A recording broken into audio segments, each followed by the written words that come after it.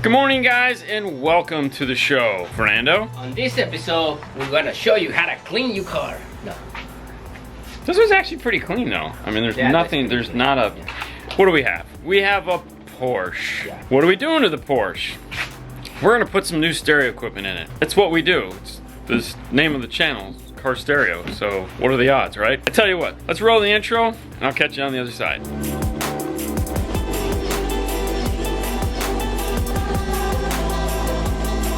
So we have a Porsche Carrera S 2006, and as you can imagine, it's got some outdated stuff. It's got this guy here that has a screen, which back in 2006 was probably really cool. It's got like phone keypad right here. I mean, it's still pretty neat looking, but it doesn't have any of the cool new features like CarPlay or Android Auto, which is what he's interested in. It has a three-way component set, mid-bass, mid-range, and a tweeter up here in the dash. Then there's a factory amplifier underneath the hood. When you get to that, twist this, pull down, and there it is. The one thing you want to look for is there a fiber optic cable anywhere on here. In this case, there isn't, which is a good thing. And the only time you'd have to be concerned with that is if you plan on retaining it, which we're not. We're putting in an aftermarket amplifier and, of course, an aftermarket radio. He is going to get the Kenwood Exelon DMX 706S Mechaless unit. Means it has no CD, DVD player in it. We're just strictly interested in the CarPlay and then just a really nice radio. For the replacement on the speaker, we're going to go with an Access 3-way set, which is the Access 165AS3s. And then to power those where the factory amplifier is now, we're going to go with the Rockford T404. Just to power these, we're going to let the radio power whatever the factory has. He doesn't care about the rear. He just wants an awesome front stage. Then we have a plethora of parts that we're going to be using, which as we get to those, we'll go over and review them. For right now, what we need to do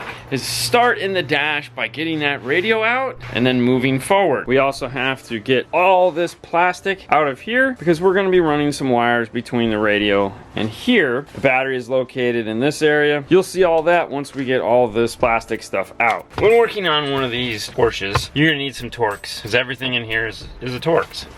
At the back side of the dash here, you're going to see a little carpeted piece that's about 3 inches long. This is where the power output for the cigarette lighter is. Inside of it, there is one Torx screw, and that is a T27. The screw is located right underneath the cigarette lighter.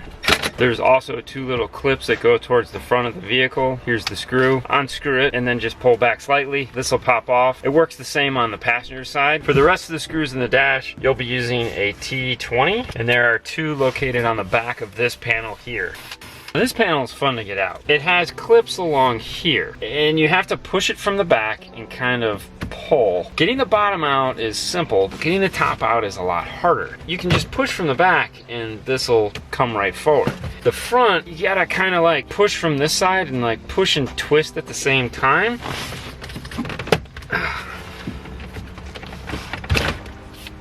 And then it'll come out. There's a clip located here at the top of the radio, and that's the one that's tricky. Then you have two located, one in the middle and one here on the bottom. The other side is the exact same way. Now, just like Frankenstein, there's a bolt that screws into the side of the radio, just like his neck. It's a 7mm. You have to remove that. It's a long screw, it's about 1 inch. Located on the sides of the radio here and then down here are gonna be 4 clips. Behind those 4 clips are an Allen size screw. The idea is that you're gonna turn those Allen screws and it's gonna move the clip in. This side isn't too bad because you have the glove box here to get you access to them. Driver's side, but more difficult.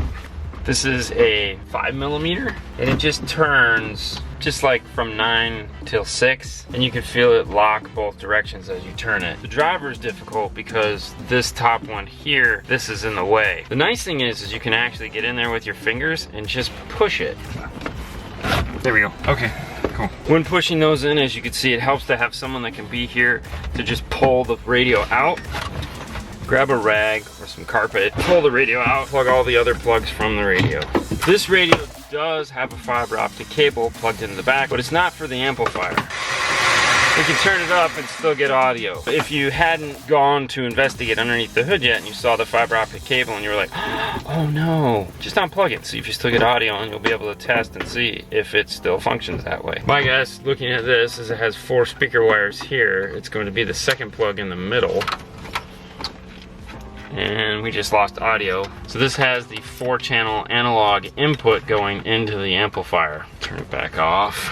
And we'll unplug the bottom plug, which is power. Make sure you've done all your testing before you unplug the bottom plug, because once this is unplugged, it may come up and say code or see dealer or something like that, which could be an issue for you. With the radio out of the dash, we can kind of take a look and see what is going on in here. All the Porsches always have this flat panel right here, which is used for routing the wire. Sometimes it's a real pain in the butt. It gets in the way. For example, it's holding the fiber optic cable, which we're not going to need in the way. Really, the only thing we're going to need for behind the radio is this one black plug right here and the antenna adapter, which is taped to it. What we like to do is free up some of this area in here and move the wires out of the way, especially if you're doing a full-size double DIN that takes up this whole area. Ours is going to be a short chassis radio, so we really don't need to mess with that today. Now, once we get over the bench and start talking about the parts you're going to use for this, Porsches don't have accessory power behind the radio. That's going to be gotten at the fuse pan. The only wires that we're going to be using behind this are constant 12 volts and ground. That's kind of the one bummer about these. I want to move to underneath the hood because I need to start toning the speakers to find out how many wires they ran. Is it a 3-way active set up front? Is it a tweeter mid bass, meaning the tweeter and the mid are on one channel, which is real common, and then the mid bass has its own channel. I'm gonna grab a tone generator and I'll meet you there. To get the amplifier plug out, it slides up,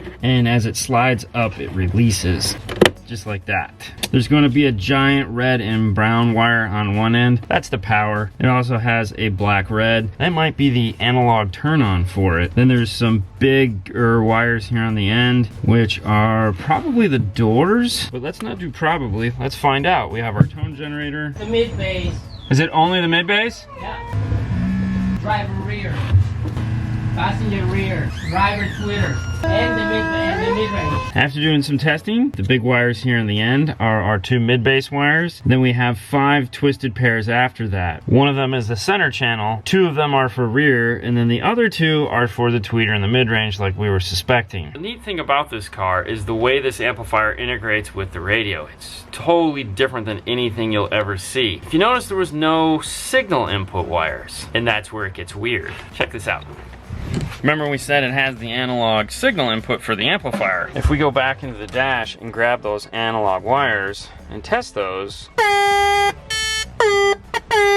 you'll see that they'll actually tone here too. It's because they're all interconnected. These wires feed the amplifier, which also back feeds into... It's really confusing. It's a lot of fun, which means it's going to be interesting as far as the wiring goes. It's going to be super simple because the rears we don't have to run any wires underneath the hood for, but all the other stuff, because we're doing the 3-way set, we are going to have to run some wires into the car to power those tweeters. That's why I wanted to get underneath the hood and figure out what we had, and we can figure out how we're going to run all our wires. Now we know we're going to have to run dedicated RCA wires, dedicated speaker wires back into the car, and remote turn on possibly, maybe not. There is that one rogue wire right here that may be the remote turn on. We'll test that to make sure. Either way, what we have to do now is get those plastics out from underneath the hood and figure out how we're going to get through the firewall safely. Start with the easy clips first. In this case, we have the 2 that cover the battery. Lift up on that and then pull it towards you. It's got clips in the back that slide in. Next, we want to remove this area here, and to do that, you actually need a Phillips.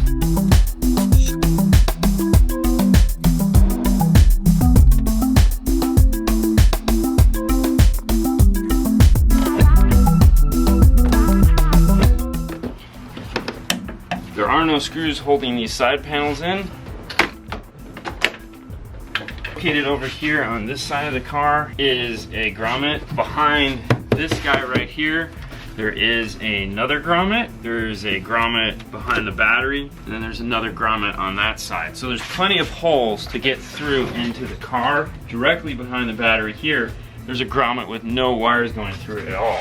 That's the one I want to get to. Hey, can you do me a favor?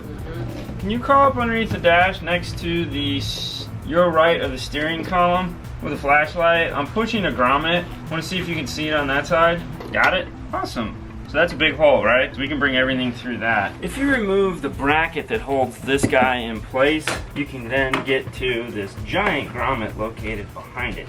You don't have to remove this, just the bracket. And then our other hole is located here behind the battery. Now we have a clear path for our wiring. Size of the wire is not going to be an issue. Those are about 2.5, 3 inches of room. We only have 5 wires in an RCA to run. We should have no problem. For this application, we're gonna find the screws first. Normally they put it behind the handle and also where you actually grab the door to close or open the car. Let's grab a plastic pry tool. Take the cover off. And behind the cover, it's a T30. This one is kind of tricky because the handle actually covers most of the part of the screw. So I'm gonna grab my angle.